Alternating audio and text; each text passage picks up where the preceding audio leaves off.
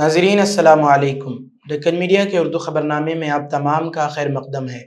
میں ہوں اسماعیل ریحان۔ پیش خدمت ہے سرخیاں۔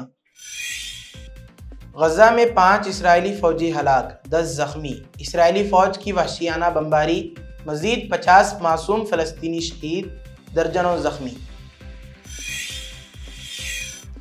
گجرات میں حضرت پنج پیر کی درگاہ سمیت 200 مسلمانوں کے مکان منہدم۔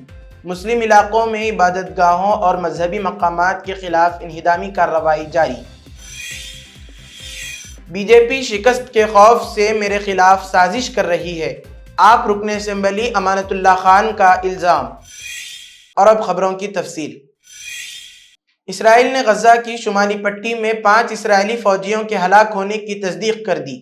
اسرائیلی میڈیا کا کہنا ہے کہ غزہ کی شمالی پٹی میں 5 اسرائیلی فوجی ہلاک اور 10 زخمی ہو گئے ہیں، جن میں سے 8 کی حالت تشویشناک ہے۔ اسرائیلی فوج کا کہنا ہے کہ آج صبح غزہ کی شمالی پٹی میں ایک واقعے کے دوران 5 فوجی ہلاک اور 10 دیگر زخمی ہو گئے۔ ہلاک ہونے والے فوجیوں میں ایک کیپٹن اور 4 سارجنٹ شامل ہیں۔ مارے جانے والے تمام فوجی نہال بریگیڈ کے ریکی یونٹ سے تعلق رکھتے تھے۔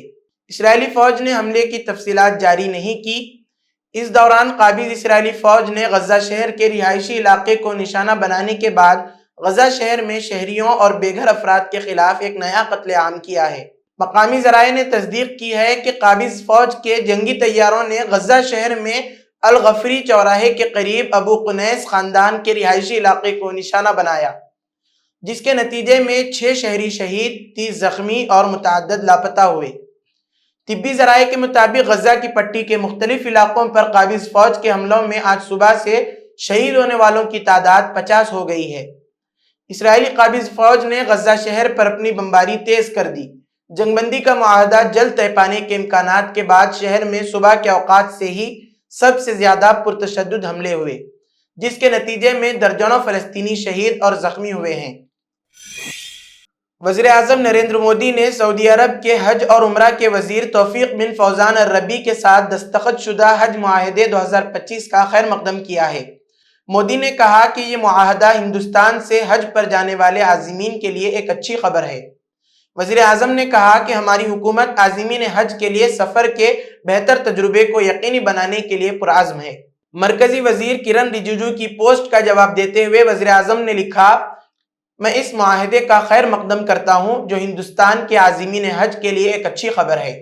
ہماری حکومت عازمین حج کے لیے سفر کے بہتر تجربے کو یقینی بنانے کے لیے پرعزم ہے۔ مرکزی وزیر رجیجو نے ٹویٹر پر پوسٹ کیا، حج معاہدہ 2025 توفیق بن فوزان الربیع وزیر حج اور عمرہ سعودی عرب کے ساتھ دستخط کیے گئے۔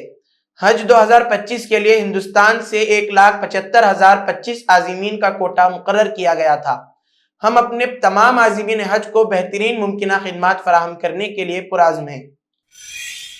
بی جے پی کی حکمرانی والی ریاستوں میں مسلمانوں کے محلوں اور عبادت گاہوں اور مذہبی مقامات کے خلاف انہدامی کارروائی جاری ہے۔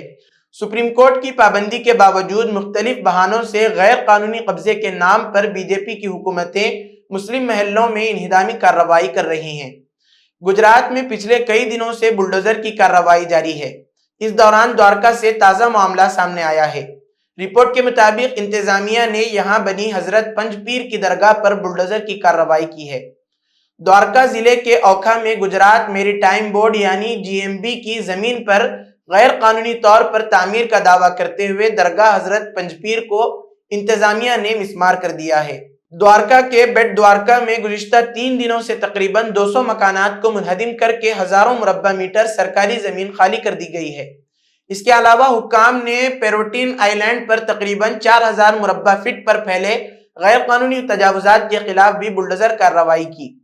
یہ قدم قومی سلامتی اور خطے کے سمندری ماحولیاتی نظام کے تحفظ کے لیے اٹھایا گیا۔